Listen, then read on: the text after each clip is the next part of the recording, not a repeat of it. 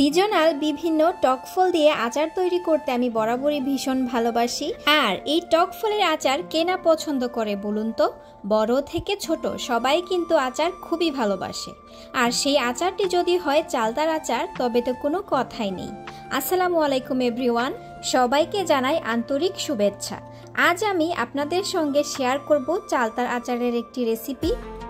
মুখরোচক বলেন আর চোখরোচক বলেন, এই আচার দেখতে এবং খেতে অনেক বেশি লোভনীয়। চালতা কাটার পদ্ধতি সহ কোনো রকম ফুড কালার ছাড়া কিভাবে পারফেক্ট কালার আনা যায় সেটা আমি আপনাদের বিভিন্ন টিপস সহ শেয়ার করার চেষ্টা করছি। আশা করছি আপনাদের ভালো লাগবে। আর ভালো লেগে থাকলে চ্যানেলটি সাবস্ক্রাইব করে আমার পাশে থাকবেন। শুরু করছি, বিসমিল্লাহ। আমাদের আজকে আচারটি তৈরি করার জন্য আমি এখানে নিয়ে নিয়েছি 6টি চালতা। আমি এখানে চালতাগুলো ভালো করে ধুয়ে পরিষ্কার করে একটি টাওয়াল দিয়ে ভালো করে মুছে নিয়েছি, কারণ ভেজা অবস্থায় চালতা কাটা কিন্তু অনেক টাফ, হাত থেকে পিছলে যাওয়ার সম্ভাবনা থাকে।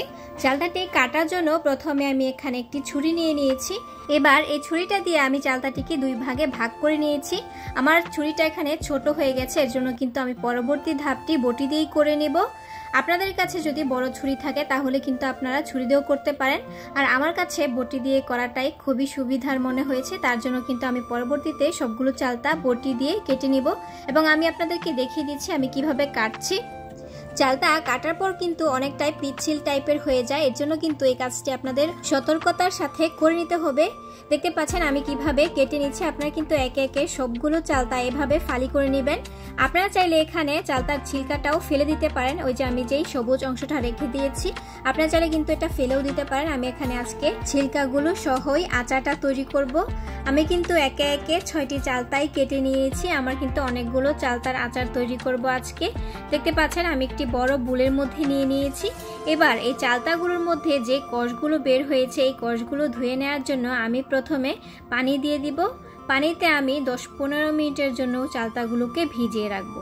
ভিজিয়ে রাখলে কি হয়, চালতা থেকে যে কষগুলো বের হয় ওইগুলো কিন্তু চলে যায়। পানি দিয়ে দিয়েছি পরিমাণ মতো, পানিতে কিন্তু ডুবো ডুবো অবস্থায় চালতাগুলো রেখে দেব।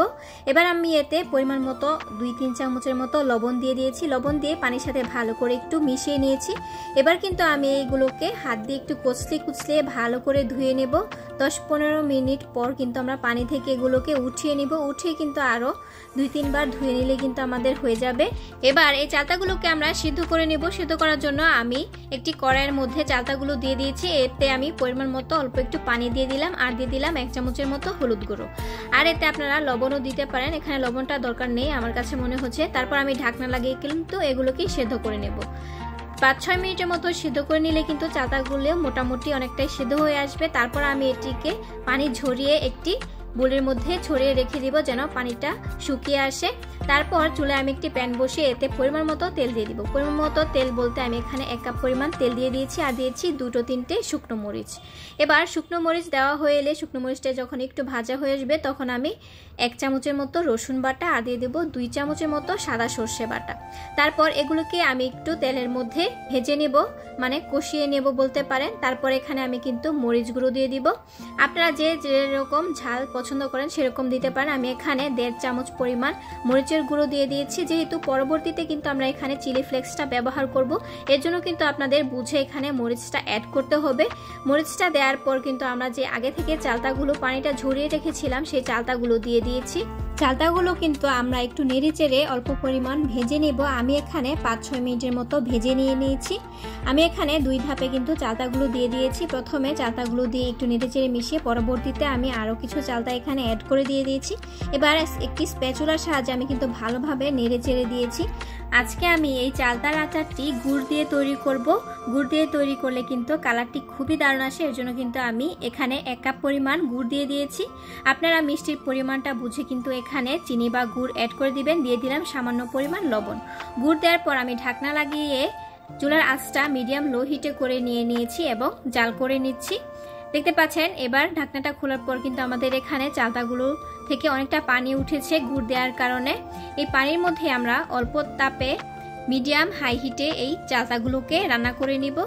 আমাদের একটু সময় নিয়ে এই কাজটি করতে হবে, তাহলে কিন্তু চালতার ভিতর গুড়টা অনায়াসেই ঢুকে যাবে এবং চালতাটা খেতে খুবই দারুণ লাগবে।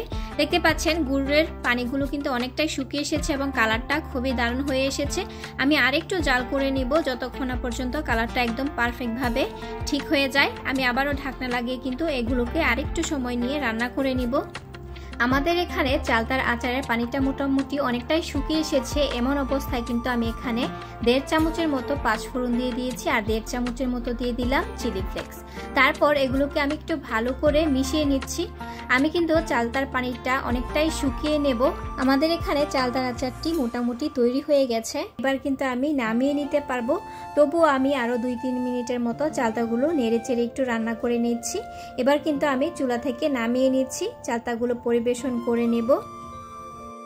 এই তো তৈরি হয়ে গেছে আমাদের মজাদার চালতার আচার।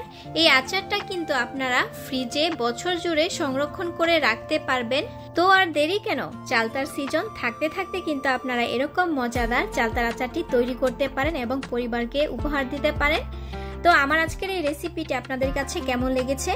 যদি ভালো লেগে থাকে তাহলে কিন্তু লাইক করতে ভুলবেন না, আর কমেন্ট বক্সে জানিয়ে দিবেন আপনাদের কাছে আমার এই আজকের রেসিপিটি কেমন লেগেছে। আর যদি আমার চ্যানেলে নতুন হয়ে থাকেন তাহলে কিন্তু অবশ্যই সাবস্ক্রাইব করে বেল আইকনে ক্লিক করে যাবেন, যেন পরবর্তী ভিডিওটি আপনার কাছে চলে যায় নোটিফিকেশনের মাধ্যমে। দেখা হবে অন্য কোনো দিন অন্য আরেকটি নতুন রেসিপি নিয়ে। আসসালামু আলাইকুম, আল্লাহ হাফেজ।